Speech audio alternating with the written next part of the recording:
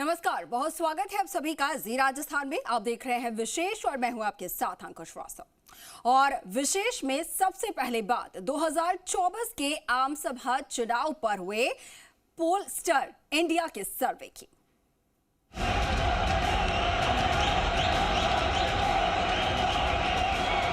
तो सर्वे से कंफर्म मोदी का थर्ड टर्म।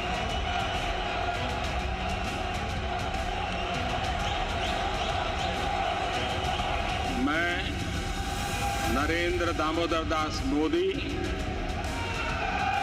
ईश्वर की शपथ लेता हूं। तो 2024 में फिर मोदी सरकार।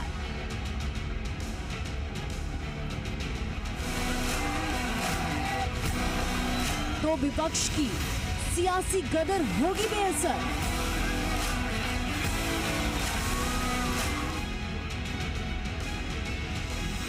और 5-10 लोगों को जोड़ दो, कुछ नहीं होने वाला है। 24 मई में फिर से नरेंद्र मोदी प्रधानमंत्री। तो नरेंद्र मोदी की हैट्रिक पक्की है।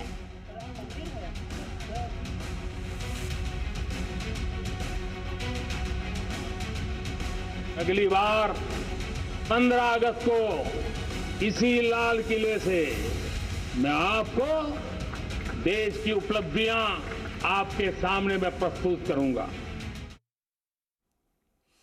तो बीजेपी का मिशन 2024 का आम चुनाव है और इस मिशन को पूरा करने के लिए बीजेपी पूरी ताकत के साथ मैदान में कूदने की तैयारी को अंतिम रूप देने में जुटी हुई है। बीजेपी के प्लान 2024 से पहले वो गुड न्यूज आ गई है, जिससे 2024 की तस्वीर कैसी होगी इसका खाका भी तैयार हो गया है। दरअसल पोलस्टर्स इंडिया के सर्वे से यह खुलासा हुआ है कि 2024 में एक बार फिर से मोदी सरकार का रास्ता साफ है। क्या कहता है सर्वे, आइए आपको दिखाते हैं इस रिपोर्ट में।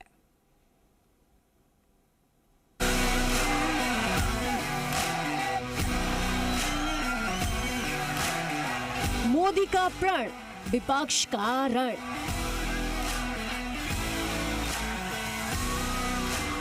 दो 2024 का घमासान, बीजेपी की राह आसान।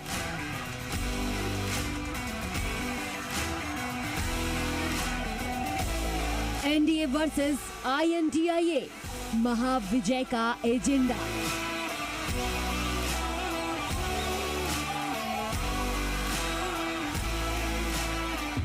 राजनीति में आंकड़े मायने रखते हैं। राजनीति आंकड़ों के अंक गणित का ही खेल है। ये बात मोदी शाह के दौर की बीजेपी बखूबी जानती है। चुनाव छोटा हो या बड़ा, हर मौके पर मोदी शाह ने ये साबित किया है कि जीत बड़ी होती है। और जब बात 2024 की हो तो फिर बीजेपी नरेंद्र मोदी की हैट्रिक के लिए कोई कसर नहीं छोड़ेगी। मैं नरेंद्र दामोदर दास मोदी ईश्वर की शपथ लेता हूं। ये तस्वीर 2019 की है, जब बीजेपी ने लगातार दूसरी बार केंद्र की सत्ता में धमाकेदार वापसी की थी और नरेंद्र मोदी लगातार दूसरी बार प्रधानमंत्री बने थे। मैं भारत की प्रभुता और तो क्या 2024 में भी बीजेपी की ही वापसी होने वाली है? इस बात की तस्दीक पोलस्टर इंडिया के सर्वे में की गई तो बीजेपी के लिए सर्वे खुशखबरी लेके आया। पीएम मोदी पर हुए पोलस्टर इंडिया सर्वे में जबरदस्त चीजें निकलकर सामने आई हैं। इस सर्वे में शामिल अधिकांश लोगों का मानना है कि प्रधानमंत्री नरेंद्र मोदी ही अगले 15 अगस्त 2024 को अपना 11वां स्वतंत्रता दिवस भाषण देने के लिए लाल किले पर वापस जाएंगे। और जब मैं कहता हूं ना कि जिसका शिलान्यास हमारी सरकार करती है उसका उद्घाटन भी हमारे कालखंड में करते हैं। इन दिनों जो मैं शिलान्यास कर रहा हूं ना, आप लिख के रखिए, उसके उद्घाटन भी आप सबने मेरे नसीब में ही छोड़े हुए हैं। ऐसे में सवाल उठता है कि विपक्ष के ताजा बने गठबंधन इंडिया का क्या होगा। तो इसका जवाब है कि मोदी मैजिक के लिहाज से इंडिया गठबंधन को अभी कड़ी मशक्कत करनी होगी और प्रधानमंत्री नरेंद्र मोदी पर काबिज जनता के भरोसे को हिला पाना फिलहाल मुमकिन नजर नहीं आ रहा है, क्योंकि अब लोकसभा चुनाव में महज 8 महीने ही शेष बचे हैं। दरअसल सर्वे एजेंसी पोलस्टर इंडिया में शामिल 54% लोग प्रधानमंत्री के दावे पर भरोसा करते हैं कि वो अगले साल लाल किले पर फिर आएंगे, जबकि 37% लोगों का मानना है कि चुनावी लड़ाई बेहद करीब होने की उम्मीद है। वहीं 55% लोगों को लगता है कि मल्लिकार्जुन खड़गे को लाल किले पर हुए आयोजन से दूर नहीं रहना चाहिए था। इधर कांग्रेस नेता रणदीप सिंह सुरजेवाला का बयान भी जनता को रास नहीं आया है। सुरजेवाला का वो कौन सा बयान है, पहले आपको वो सुनना चाहिए।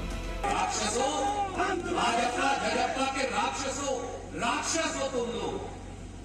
भारतीय जनता पार्टी को जो वोट देता है और भारतीय जनता पार्टी का जो समर्थक है वो राक्षस प्रवृत्ति का व्यक्ति है।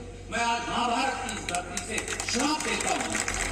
पोलस्टर इंडिया के सर्वे में सुरजेवाला के इस बयान पर भी जनता से राय मांगी गई है और सुरजेवाला का राक्षस वाला बयान कांग्रेस को नुकसान पहुंचाने वाला साबित होता नजर आ रहा है। दरअसल 62% लोगों ने कहा कि वो सुरजेवाला के बयान से सहमत नहीं है।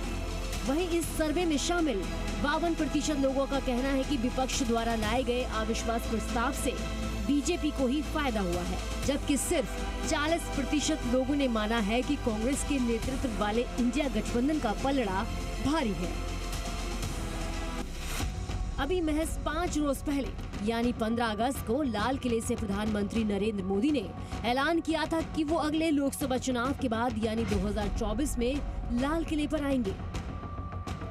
अगली बार 15 अगस्त को इसी लाल किले से मैं आपको देश की उपलब्धियां, आपके सामर्थ्य, आपके संकल्प, उसमें हुई प्रगति, उसकी जो सफलता है, उसके गौरवगान, उससे भी अधिक आत्मविश्वास के सामने आपके सामने मैं प्रस्तुत करूंगा।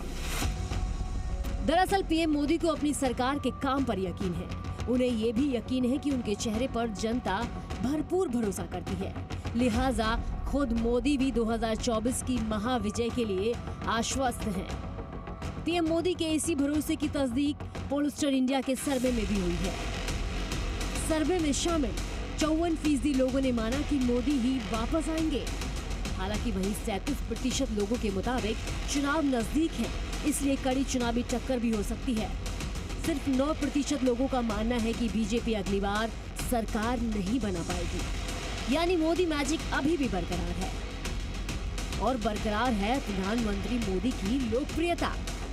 लाल किले से पीएम मोदी ने अपने संबोधन में 2024 के लोकसभा चुनाव को लेकर जो भविष्यवाणी की थी, सर्वे में उनकी भविष्यवाणी बिल्कुल सही साबित होती नजर आ रही है। हाल ही में विपक्ष नरेंद्र मोदी के खिलाफ अविश्वास प्रस्ताव लेकर आया था।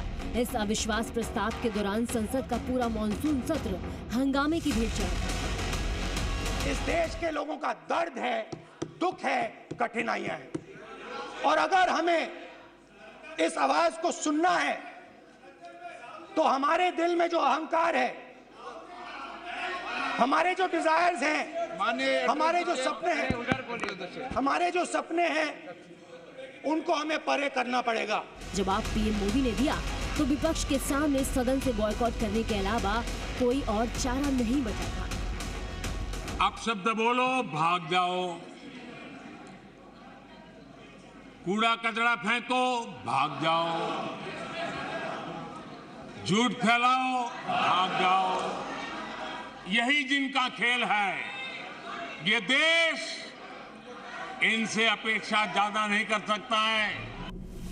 पीएम मोदी के इसी भाषण पर भी जनता से सवाल किए गए और पूछा गया कि संसद में राहुल गांधी और पीएम मोदी में किसका भाषण ज्यादा अच्छा था।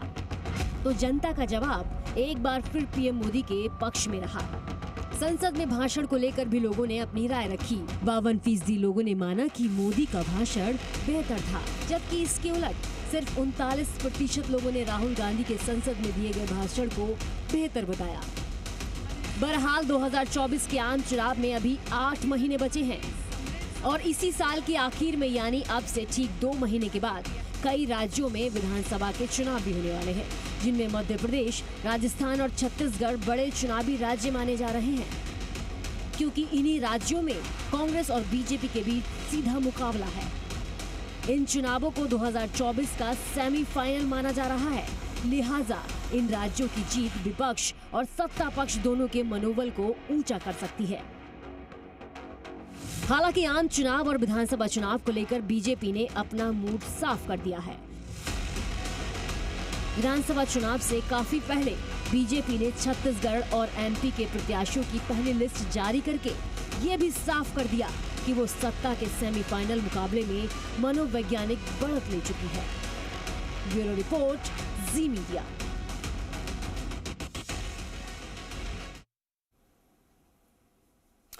उधर हिमाचल प्रदेश में बारिश ने 78 जानें ले ली और अभी भी हिमाचल में येलो अलर्ट जारी है।